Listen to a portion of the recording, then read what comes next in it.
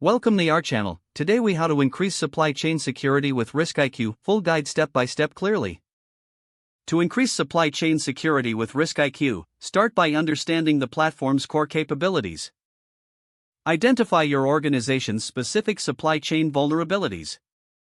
Gather data on your current supply chain processes and partners. Access RiskIQ and navigate to the main dashboard. Use the search feature to input your organization's domain or relevant keywords. Review the insights provided, focusing on the threat landscape. Analyze the data related to digital assets associated with your supply chain partners. Identify any potential risks or threats linked to those assets. Pinpoint any unauthorized or malicious domains that could impact your supply chain. Utilize the RiskIQ toolset to investigate these threats in more detail. Assess the severity and potential impact of each identified risk.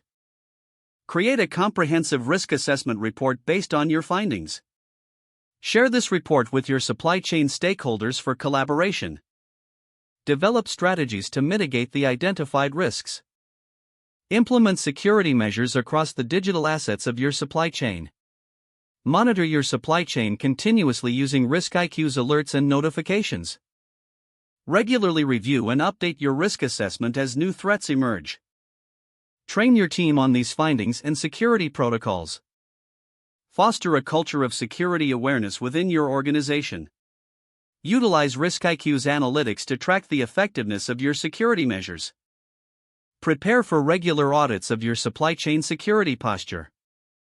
Ensure that you're adapting to new technologies and threats over time. If the page does not load, refresh the browser or try again in a private or incognito window. Make sure you are using the correct email address, then retype it carefully to avoid small typos. If your password is not accepted, use the reset option and create a new strong password you can remember.